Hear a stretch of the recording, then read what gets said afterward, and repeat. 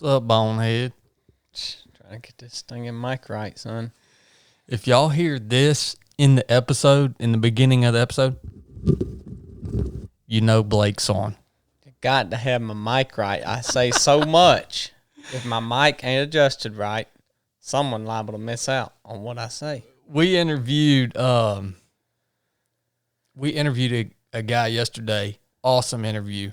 But I bet Blake hit his mic about 5 times during the course of that interview.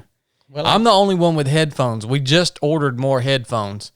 Because when you don't have the headphones on, you don't realize how loud it is. But when you put the headphones on, it blasts you out. I got that old raggedy mic stand over there, hey, son. Y'all forgive Blake. He's new to the podcasting world. So he's here with us today. Guys, welcome back to the 3 of 7 podcast. You know, we're trying now to put some consistency behind how we release episodes for you guys. We're shooting for Mondays and Wednesdays. All right? That's what we're shooting for. You know, it's good for us. It's good for you guys. I think it's good all the way around. So Thanks for joining us for today's episode. We're going to try or attempt to tackle the topic of vulnerability.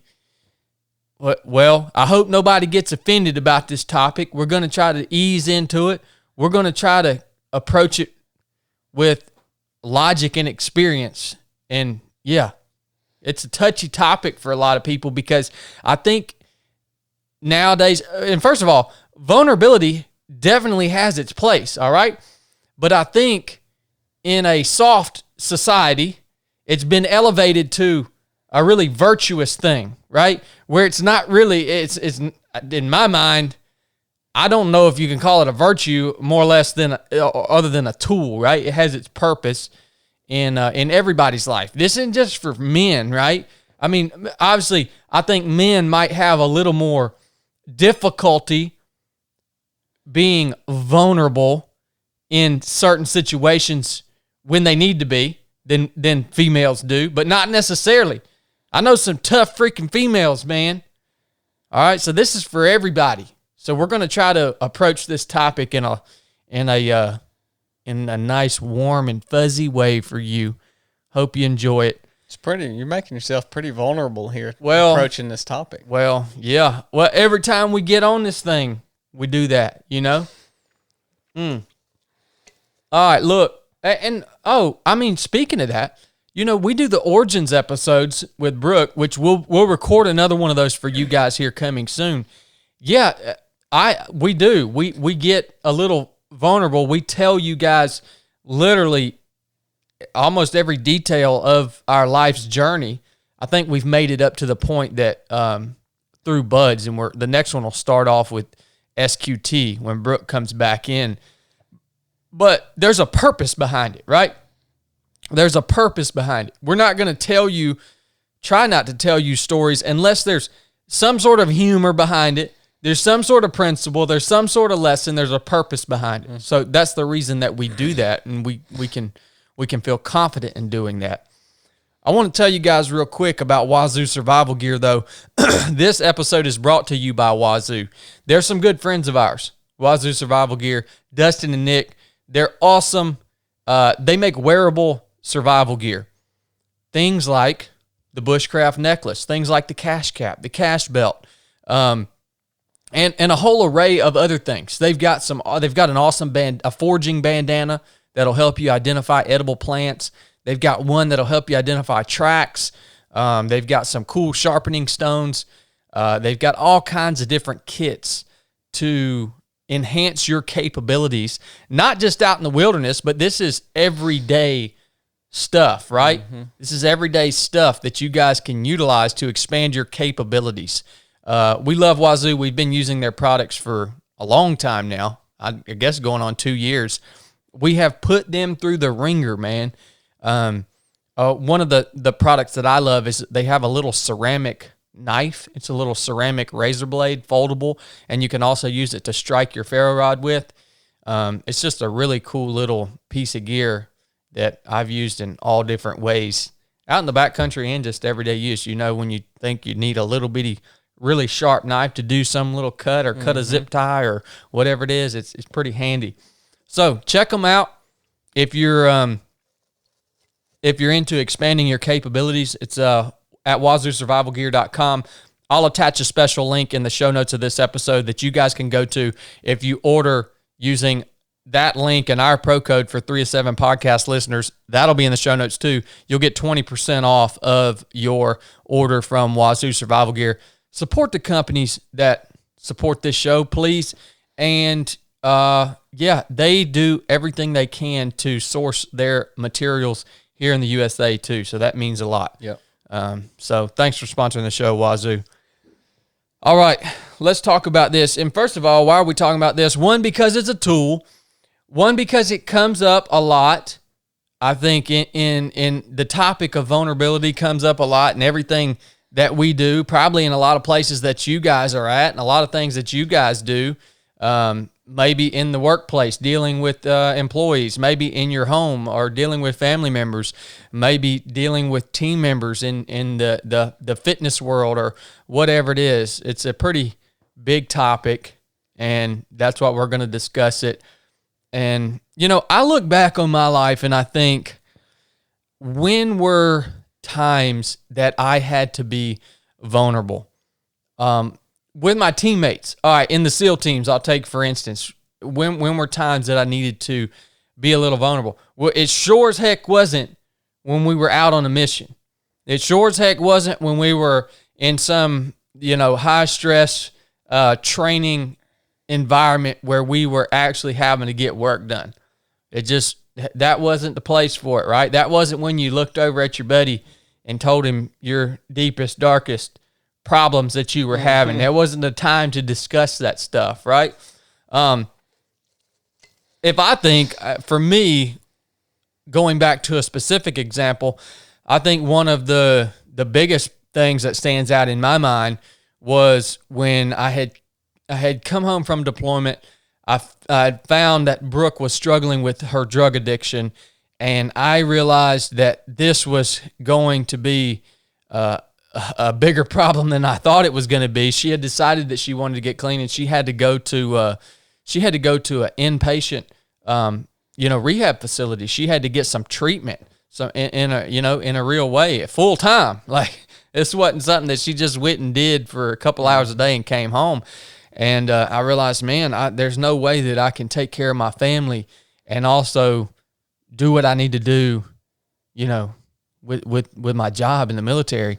So I had to be vulnerable in that moment, because this for me was a time of great need for me. Like, I really had no choice. So I had to go and I had to go and see my command master chief and had to tell him. I had to be vulnerable with him and tell him what was happening in my personal life with my family, right? With my wife. And, had to express to him what we were going through, what we were feeling, and what I thought I needed in order to, push through or get through this situation, keep my family intact, and do my job as a husband. And, that was a specific example for me. But what I want you to understand is, leading up to that time where I had to approach my team member or my leadership and my team members and tell them what I was struggling with, really open up to them.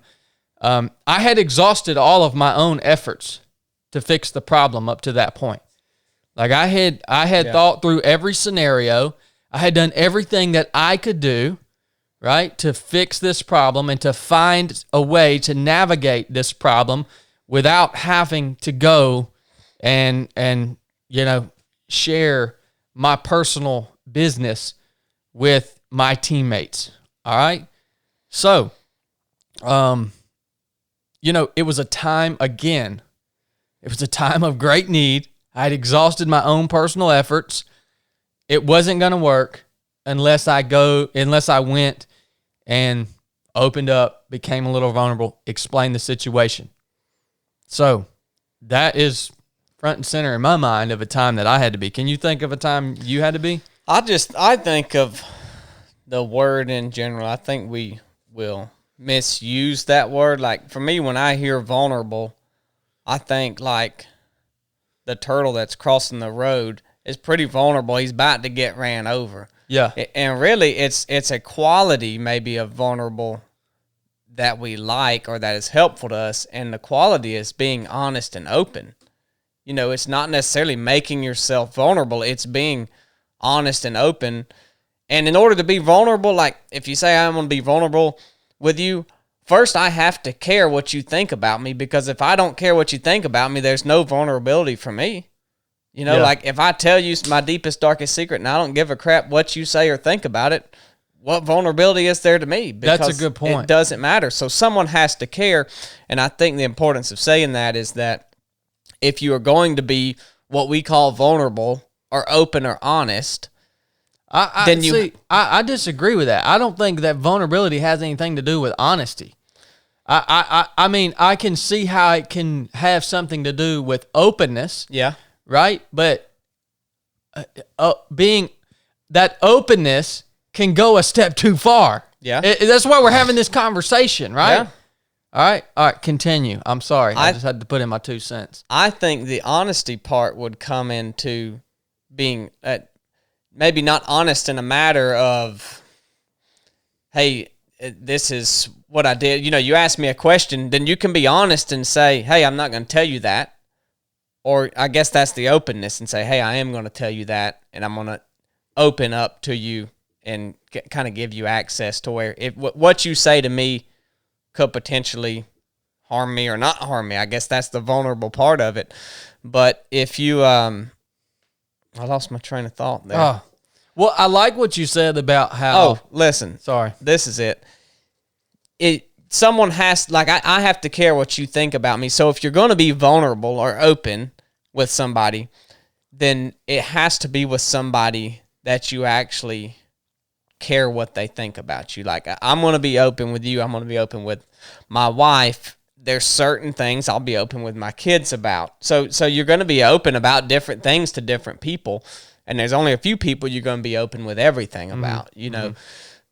So I think that's a big key to it. I mean, regardless what you think about somebody, if you just met somebody 2 days ago and you're just think, oh man, this person is, you know, I'm just going to tell them everything. You don't know that person. No matter how much you think you know them, you've only known them 2 days. Yeah. You don't know how they're going to act in different situations, if they're going to go tell people or whatever. So yeah, no, you're exactly right, man. And I like what you said about how that resonates with me about how you said the person that you're sharing with, being vulnerable with, it has to be someone that you know and that you know that you care about, right? And you care about their opinion of you also. And I think that was going back to my examples when I had to be vulnerable with my teammates and let them know what was going on at home. And it was an embarrassing thing. And I think that's why I felt that sense of vulnerability, because I did care what they were going to think about me. Mm-hmm. You know what I mean? Yeah. I did care what they were going to think about my wife and all of that. So I guess that's why I felt that sense of vulnerability in that moment, in that circumstance right there. You know what I mean? Yeah, and I think that the honesty part helps the openness, because you go to them and you say, hey, look, guys, I'm going to be open with you. I'm going to share with you what's going on. And really, in the end, this is just me being honest. This is just what's going on. If you're going to be upset with me about it or think differently about me because of that, then, you know, I don't need you to be listening or giving me advice anyways. So it's just real, you know, like things just are what they are. And when you share that with somebody, it kind of takes the pressure off of you, and to me, almost takes the vulnerability aspect away from it. Yeah, no, I like that, man. And guys, I want y'all to understand, this is just my experience with this vulnerability topic. Obviously, I'm sure people feel different ways about it. You know what I mean? But I think even like even with people like Blake that I'm super, super close to, right? We talk about that openness, you know. I'm not gonna approach Blake and unload my baggage on him just for the sake of being vulnerable and being open. There has to be a purpose behind it. Right. It has to be something for me that is like, it's a problem. There's a need. I've exhausted my own personal efforts to do this, and I literally have to seek some sort of counsel or just, I guess at times even have to get it off my chest. So even that openness for me personally with those people that are close to me, super close to me, it's still something that I hold it in like I'm not going to abuse that. Well, it's you know no what I mean? different than if I needed to pay my mortgage this month and I couldn't afford it. Is the first thing you're going to do go ask your buddy, "Hey man, can I get some money to pay my mortgage?" Or are you going to go out and try to find a job and try to get something and make the money on your own? And it's the same thing with sharing something that you're struggling with. Like, yeah, if you identify a problem in your life, then use the tools that you have, that you know how to fix it. And if it doesn't work, then at that point you go to somebody who you care, who you think, who to your inner circle that we've already talked about, and say, "Hey, this is what I've tried, and things just aren't working out. Yep. What do you think I can do?" But by me, just if I'm just having a struggle and I say, "Hey, man, I'm going through this," that in itself does nothing for the problem that I'm going through. And yeah, you're exactly right. And which will bring up to one of my points right here. I've got a few points. The first one I wanted to make, for me, times of great need, I've exhausted my own efforts. There's two places I would be vulnerable. You talked about the points you just hit leads me into one of my other points is, if you do what Blake just said, if you're just going to somebody and unloading on them because you think it's virtuous and you think that it's cool, that society is just telling you to just be open with everybody and that's the way to be. I think a lot of people get sucked into that mindset and they do that, and really they're doing that selfishly because all it's doing is making them feel comfortable with whatever problem they're facing, whatever weakness they're struggling against, what they think, "Oh, well, I'm just going to go unload this on somebody because if I get it off my chest, I'm going to be able to feel more comfortable about the reason why I'm doing it. Yeah. I'm going to be able to feel more comfortable that this is the way that I am." Yeah. Right? If it's not right, being vulnerable and being open to people is not meant to let you feel more comfortable about whatever it is you're struggling with. All right? It's made it's made to expose it. It's made to bring it into the light, which in turn should make you super uncomfortable about what you're struggling against, right? So, when you choose to bring these problems out to people, you choose to dump it out, right? And be vulnerable. Look, understand that probably those people that you're vulnerable with are going to expect some change in you. All right? So they're not going to expect you to they shouldn't just pat you on the back and say, "It's okay, buddy." Unless that's what you're wanting and you're going to go share it with people that you know are going to tell you that. Yeah. And that's the whole thing is seek out people that are going to tell you what you need to hear, not what you want to hear. Oh, that's it right there, brother. Because that's the thing, man. I mean, I've come to Blake multiple times for things that are going on in my relationship, things that are going on in my own head, in business, whatever it is, right? And it'd be so much easier for him, again, to pat me on the back and say, "It's all right, buddy. Marriage is hard. It's all right, man. Business is hard. You don't have to, you don't have to take on that load." No, when I tell him that, he'll give me some feedback, and then he fully expects me to implement and make changes in that situation in order to fix myself. All right, that's what this is leading to. If you want to be vulnerable and open, it's leading to fixing the problem. That's why I said in the beginning of this, it is a tool. It is not some sort of thing to make you comfortable. All right? It's a tool that should lead to change. All right? Accountability, things like that. All right.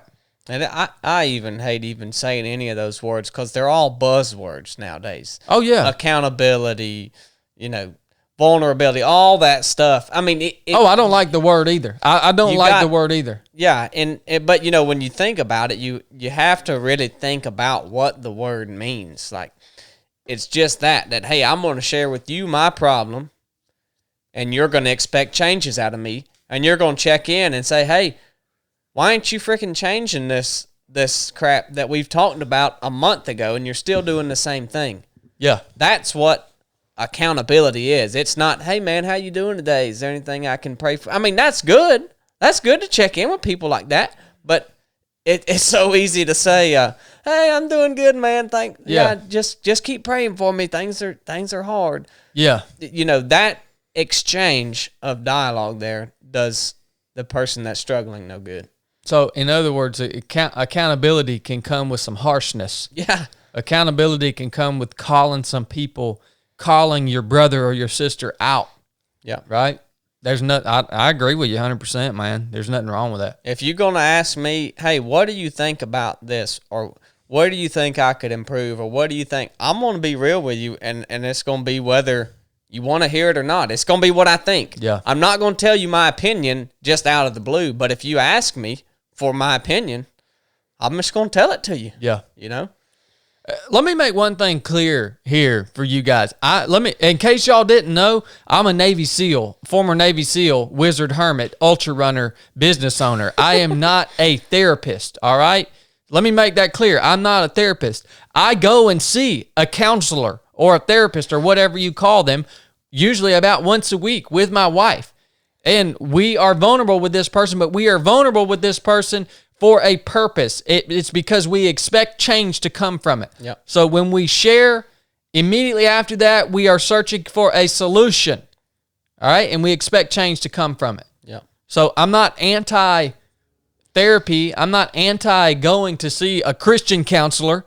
All right? I will only see a Christian counselor. I'm sorry. That's just the way I am. Yeah. Dude, that's a whole nother rabbit we could chase, but we're not going to today. So I'm not saying, all right, I'm saying when you do go and spend that time with a professional, it should be in order to lead you to a solution. Mm-hmm. I don't understand the concept of just getting stuff out and you think that's going to make you feel better. That's the whole problem. That's the whole thing we're sitting here talking about. That people treat it like it's a taboo to go. They're not taboo, but it's like it's virtuous. Got some, yeah, it's virtuous. Yeah, yeah. To go share it, and then hey, I'm good to go now. I've shared that with Chad. Let me just roll on. Yeah. Let's talk about a couple other things before we wrap this up. Let's talk about being open or vulnerable. I think something you should think about is, Blake hit on it a little bit earlier. You should think about the company you're in. Is it the proper group? Are you in the proper company to share what you're about to share? All right? But before you decide to open up and be vulnerable, I want you to look around you and make sure you're in the right company. All right? Because that's important. Yeah. And also, is it in the context of what that company is speaking on? Right. All right. So this openness needs to be with the proper company, in the proper place, with the proper context. Okay? I share stories out on the basic course that are hard for me to tell, man. Right? But I share them in places during the mission where they have context. Yep. With what the team is facing, what the team is going through, right? If I shared those vulnerable stories, if I shared them 2 hours into the mission, it would be totally out of context. Right. And people look at me like I'm why are you telling us this, man? Right? So it has to be the proper company, the proper place, the proper time, in the proper context with what's going on. Yeah, and you talk about vulnerability and change and kind of their relationship, and that's a good point you made, is that you being vulnerable sometimes is change for you, but also you being vulnerable, sharing those stories is sometimes out of expected change from who you're sharing it with. I've experienced it on both ends. Yeah. It does. It can take two. It can be used in two different ways. Those two different ways. But it's change either way. That should be the result. Vulnerability equals change should be the equation, whether it's for you or the person you're sharing it with. Yeah. That's a really good statement there. Vulnerability should lead to change. Yeah. And yeah, I don't even know what to say beyond that, son. I mean, that's pretty much all I wanted to talk about on this topic. This is a quick episode for you guys. So just to recap right here, vulnerability, openness, it's not virtuous. It's a tool that leads to change, right? You should practice this in times of great need for yourself, or like Blake said in the other context, if you can be vulnerable and share a story when your team is in great need, that's going to tie to a principle that's going to lead to change for your team. All right, so it's in a time of great need, and you have also exhausted your own efforts, or you've allowed your team to exhaust their own efforts in order to fix whatever problem they're needing to share with you, or vice versa. In the proper company, at the proper time, in the context of the conversation that's going on within the group. It's not meant to make you feel warm and fuzzy inside. It's not meant to make you feel like, let me pat you on the back, buddy. It's okay. You're going to feel better now that you got that off your chest. Not for me. That don't work for me. And it should lead to change. That wraps it up for me. Again, I'm not a freaking therapist. I'm sure that most therapists would argue with what I'm saying right now. I guarantee you they would. Oh, yeah. They would tell me I'm a fool. Hey, I'm just telling you what's worked for me, man. That's all I can do. That's how it's worked. That's how this thing has worked in my life. Yeah. No, there ain't much else. If someone wants to argue with it, then so be it. But it's the fact that they're going to argue that, it is good to get that off your chest and to feel warm and fuzzy. And maybe it is in the beginning, but maybe after that, the change needs to start. It ain't never done me no good. No, none of it makes me uncomfortable. Yeah, same here, man. All right, guys, so that's what we wanted to say on that. Again, that's coming from our perspectives. I'm not saying there are plenty of times where the context is right, the group is right, and it needs to happen. There's nothing wrong with it if it hits these wickets, right? Yeah. It's a wonderful thing, and it's a great tool if it hits these wickets. Yeah, it's a tool just like anything else. Wicket. Sweet. Go get you some daggone salty britches, man. Go get you some salty britches. I'm tired of y'all chafing up all the time. Y'all are chafing all the time. You're getting blisters on your feet. You're chafing in between your legs. You're walking around just all uncomfortable. Go get you some salty britches. I use that salty britches when my lips get chapped. Yeah, that's true. Blake, we were working out today, and Blake has a chapped lips and stuff, and I'm like, dude, what the world happened to you? He said, it was all that wind. He was being vulnerable with me. He said, it was just that wind was getting me. Man, you got some skin on your nose. Yeah, it's been there about 29 years, I guess. So Salty Britches does have some wintertime ointment that's made for chafed lips and windburn and stuff like that. It works great. We love Amy. We love Salty Britches. Go check them out on Instagram at Get Salty Britches. Their website is getsaltybritches.com. I'll attach a pro code for you guys in the show notes of this episode. It works. It's great stuff. We're on a new schedule now in 3 of 7 project. We turkey hunt in the morning. we work out at lunch, and then we work in the office, and we work on whatever else. We're cleaning gear today till dark. That's what we do. And I might run again this evening, so I ain't running. I might not be here till dark. But anyways, it's turkey season, son. I might try to go roost a bird while you're running. We know where they're going to be roosted at. Yeah, them birds done gobbling after they fly down. Oh, we know where they're going to be roosted at. All right, guys. I hope y'all enjoyed this. Hope you didn't get offended. But it's all good, man. I'm just on here being vulnerable. Love you guys. Enough said.